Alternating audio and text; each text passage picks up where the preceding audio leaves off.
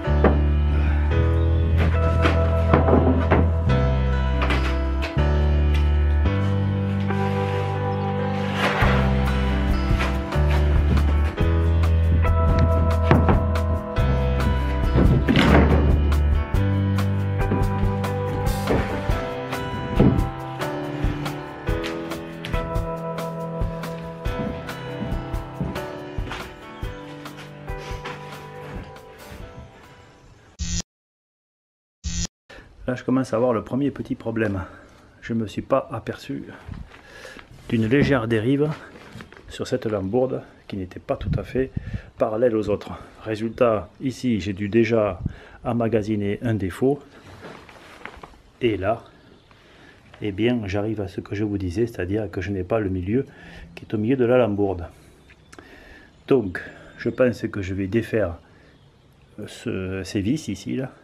Je vais forcer la lambourde à aller vers le centre de cette plaque de manière à être bien conforme aux préconisations de visserie.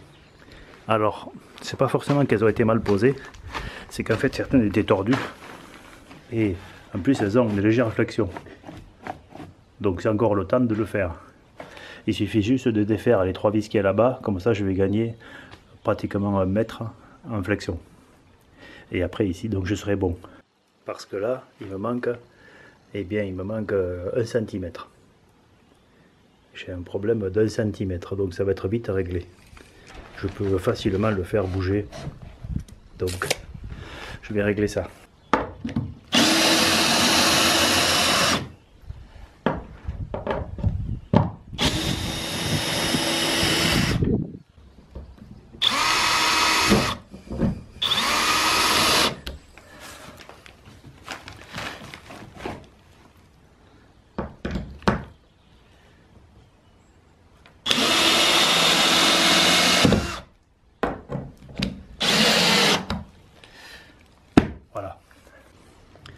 Là, je suis revenu nickel.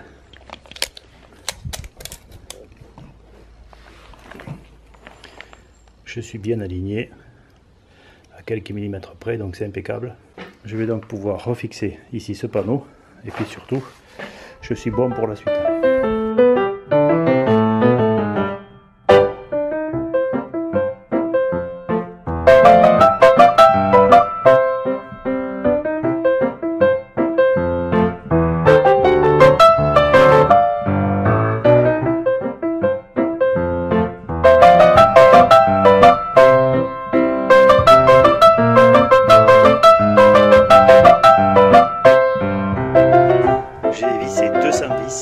Avec quasiment 200 puisqu'il m'en reste 6, donc 194 exactement, avec cet accumulateur, et je suis à encore une barre.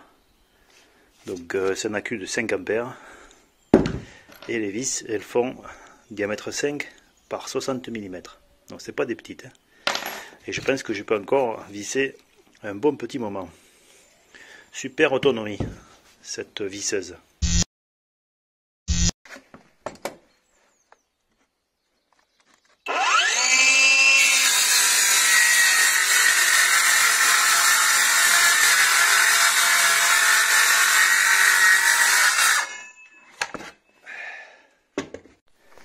Alors là j'ai sané un petit moment parce que j'arrive plus à jointer ici correctement, et en fait c'est tout simplement lié au fait que celle-ci elle est mal posée, on le voit là. Donc à force de cumuler les défauts, eh bien ici j'arrivais à sortir, je décalais et donc du coup ça faisait des gros écarts là-bas, et avec un petit peu de patience et un petit rabot, eh bien j'ai réussi à faire quelque chose d'assez propre. Voilà, je suis reparti droit. Tout ça parce qu'ici je l'ai éclaté et je ne l'ai pas bien rentré. Donc ce petit millimètre, il se reporte, plus les jeux de derrière, il finit par générer un défaut. Bon voilà, tout est reparti dans l'ordre, tout est revenu dans l'ordre avec ce petit Guillaume.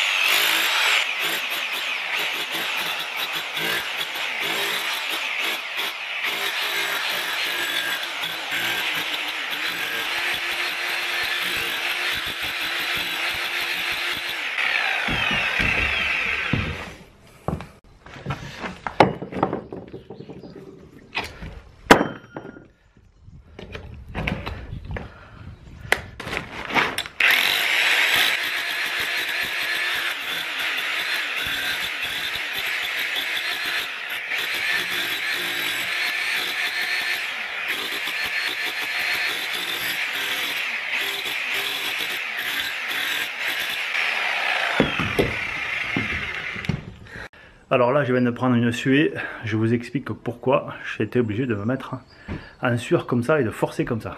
Je vous ai expliqué dans un épisode précédent que j'avais limité la hauteur des plots à 12 cm. Alors quand je les ai achetés, normalement ils allaient à 14. Et en fait, ici c'est le point le plus bas, c'est-à-dire que c'était là où j'avais le plus à compenser pour arriver à faire porter l'OSB, le panneau d'OSB sur la dalle béton, sur le béton du pilier. Voilà. Et bien, comme il me manque 2 cm, je n'ai pas réussi à retrouver ici la hauteur nécessaire. J'aurais pu tasser, c'est-à-dire que j'aurais pu mettre de la terre et revenir récupérer cette hauteur, mais j'ai préféré rester sur le sol dur et donc limiter la hauteur. Et en limitant la hauteur, eh bien forcément, il faut que je retouche ici la semelle des piliers. Donc là, eh bien, c'est pas simple, mais surtout que le béton était bien dosé, c'est moi qui l'ai fait. Donc il était bien dosé, il est assez dur. En fait, j'ai enlevé 1 cm. Et pour enlever 1 cm, eh ben, j'ai quand même pas mal forcé. Ici, il en manque un petit peu, je vais terminer pour que ce soit bien de niveau et que ma dalle OSB porte sur cette lambourde et puis sur ce morceau de béton, parce que sinon j'aurai un appui trop long ici, entre les deux. Voilà. Et ça porte aussi un petit peu sur le côté, de manière à ce que cette section de 10 cm là, ou de 15 cm plutôt, soit plus solide. Voilà. Bon, il y a des chances pour qu'il faille que je fasse la même chose sur les autres piliers. Alors sur celui-là, j'ai vu que c'était bon, ça passe. Mais sur ceux du bout, il est possible que je sois obligé de faire pareil là-bas. Et là-bas, je le verrai quand je poserai les derniers panneaux d'OSB. Donc là, je vais finir de gratter ici. Et puis je vais poser cette dernière dalle. Et je vais m'arrêter là pour le plancher. Je vais monter ensuite les murs et je viendrai finir le plancher pour ajuster le plancher au mur. Parce que je me suis aperçu que j'avais fait quelques bêtises. Par exemple ici, eh bien je ne suis pas complètement droit. Là ça part légèrement en travers. Je ne sais pas comment j'ai fait mon compte, mais donc du coup, eh bien ça c'est pas forcément bien aligné. Donc je ne sais pas trop où va arriver la cloison. Du coup je préfère finir la cloison et je poserai cette lame de 40 cm une fois que la cloison sera terminée. Depuis le début du chantier, je disais que j'étais au courant d'air. Et bien voilà l'image du courant d'air. Je suis obligé de poser une bâche pour prévenir de tout ce qui est pluie, puisque maintenant que j'ai monté le plancher, il ne faut pas qu'il pleuve. Et bien voilà le courant d'air auquel j'étais soumis depuis déjà 2 semaines que je travaille. Merci à mon voisin qui m'a prêté cette superbe bâche. C'est dingue l'effet Venturi que fait cette forme de charpente là, avec une accélération comme une aile d'avion. Ça fait un effet Venturi. Donc là c'est nickel. Je suis pareil pour continuer. Alors au passage, cette scie sauteuse que j'ai utilisée pour ma cuisine aménagée, qui est avec moi depuis une trentaine d'années, est toujours aussi efficace. Par contre ce perforateur, eh bien, il m'a fait choper une suée, comme on dit dans le sud. Je ne sais pas comment on dit en Belgique, je ne sais pas comment on dit au Québec, vous me le direz dans les commentaires, mais dans le sud de la France on dit ça, choper une suée, c'est-à-dire transpirer énormément. Eh bien cette machine m'a fait transpirer énormément parce que il faut, pour s'en servir de façon efficace, appuyer dessus. Cette machine en fait pèse déjà 5 kg et malgré son poids, eh bien, il faut encore appuyer fortement pour appliquer la percussion. Alors qu'il serait logique qu'en mode percussion, eh bien, le poids de la machine aide à la percussion. Et bien là, c'est pas le cas. Donc il faut forcer déjà rien que pour appuyer la percussion. C'est ridicule quoi. C'est mal conçu. Je ne sais pas comment sont les autres, mais celle-là, elle m'en a vraiment fait voir. Et même si elle fait 1500 watts, eh bien, j'ai mis à peu près demi-heure pour enlever 1 cm ou 1 cm et demi de béton. Alors il est bien dosé, c'est moi qui l'ai fait, il est même sûrement trop dosé. Il était très résistant, mais quand même, demi-heure pour enlever 1 cm de béton, c'est pas très efficace. Bon, maintenant il faut que je nettoie parce qu'il n'y a rien de pire que d'avoir du gravier sur du bois. Ça va s'incruster, ça va rester. Donc je vais l'enlever tout de suite.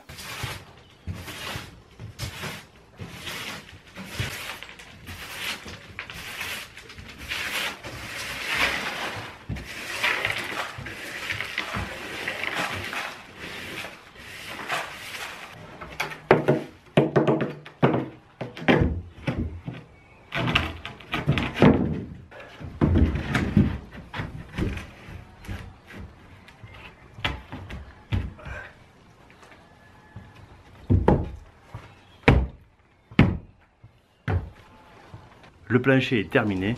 J'espère que vous avez passé un bon moment. Si c'est le cas, pensez à mettre un pouce levé, pensez à partager autour de vous cette vidéo. Je vous donne rendez-vous dans le prochain épisode où je vais très certainement m'attaquer aux cloisons pour remplacer cette bâche que j'ai mise qui me coupe l'air. Je vous dis à très bientôt et d'ici là, soyez curieux, soyez prudents et bricolez bien.